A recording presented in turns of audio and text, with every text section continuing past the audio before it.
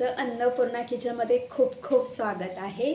तर आज आपण अन्नपूर्णा किचनमध्ये अगदी झटपट अशा पद्धतीने कुरमुरा भेळ करणार आहोत, पण काहीतरी युनिक आणि नवीन अशा पद्धतीने, जी की अगदी झटपट आणि पटकन होणार आहे। आणि मी ही भेळ का करते माहिती आहे का? कारण आता ज्ञानेश क्लासला गेलेला आहे आणि जेव्हा तो क्लासवरून घरी येतो ना, तेव्हा त्याला ना अगदी छोटी मोठी भूक लागते। मग तेव्हा करायचं काय? मग तेव्हा मी त्याच्यासाठी असं ना छोटा म्हणजे एकदम असं म्हणजे अगदी झटपट असं होईल असं काहीतरी नाश्ता करते। तर तेच तर मी आज त्याला नाश्त्याला सिंपल अशा पद्धतीने कुरमुरा भेळ करणार आहे, पण काहीतरी युनिक अशा पद्धतीने। चला तर आपण किचनमध्ये जाऊया आणि भेळ करायला सुरुवात करूया। इथे मी काल रात्री हे चणे भिजत टाकले होते, तर तुम्ही इथे बघू शकता। इथे आपले चणे छान मस्त असे भिजलेले आहेत। तर इथे मी मीठ घेतलेलं आहे आणि इथे मी हा कुकिंग सोडा घेतलेला आहे।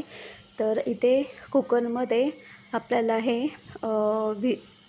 भिजलेले चणे ॲड करायचे आहेत आणि यामध्ये आपल्याला थोडं पाणी ॲड करायचं आहे पूर्ण चणे पूर्ण बुडेपर्यंत। यामध्ये मी चवीनुसार मीठ ॲड केलेलं आहे आणि यामध्ये आपल्याला कुकिंग सोडा ॲड करायचा आहे आणि कुकिंग सोडा ॲड केल्यानंतर आपल्याला इथे झाकण लावून घ्यायचं आहे आणि मंद गॅसवरती आपल्या अर्धा तास हे चणे छान मस्त शिजवून घ्यायचे आहेत, म्हणजे चणे छान मस्त मऊ असे शिजतील। तुम्ही ते बघू शकता, आपले ते हे चणे छान मस्त असे हे मऊ शिजलेले आहेत, कारण आपण यामध्ये सोडा ॲड केला होता आणि हा सोडा अगदी चिमूटभर ॲड करायचा आहे आपल्याला।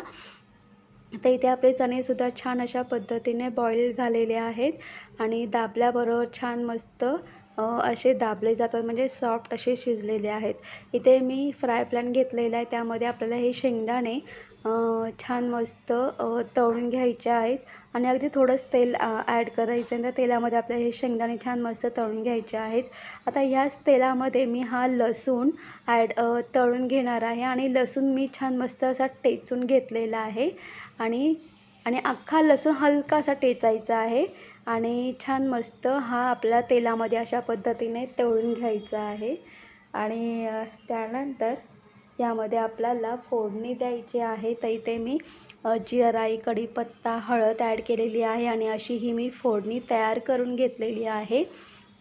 तर इथे एका बाउलमध्ये मी कुरमुरा घेतलेला, एक कांदा टोमॅटो बारीक चिरून घेतलेला आहे, शेंगदाणे आणि लसूण छान मस्त तळून घेतलेले आहेत, कोथिंबीर बारीक चिरून घेतलेली आहेत आणि त्यानंतर आपण चणेसुद्धा छान मस्त बॉईल करून घेतलेले आहेत आणि फोडणी पण आपण तयार करून घेतलेली आहे। एक बाउल घ्यायचं, त्या बाउलमध्ये आपल्याला कुरमुरा ॲड करायचा आहे आणि कुरमुरा ॲड करून झाल्यानंतर त्यामध्ये आपल्याला ही फोडणी ॲड करायची आहे। फोडणी ॲड करून झाल्यानंतर छान व्यवस्थित मिक्स करून घ्यायचं आहे आणि मिक्स करून झाल्यानंतर यामध्ये आपल्याला एक कांदा बारीक चिरलेला कांदा, बारीक चिरलेला टोमॅटो ॲड करायचा आहे आणि त्यानंतर आपण जे चणे बॉईल केले होते ते सुद्धा आपल्याला ॲड करायचे आहेत चणे। आणि तुम्हाला जसे चणे आवडते त्यानुसार तुम्ही भेळमध्ये बॉईल केलेले चणे ॲड करू शकतात। तुम्ही इथे बघू शकतात, इथे मी बारीक शेवसुद्धा घेतलेली आहे, मॅगी मसाला घेतलेला आहे।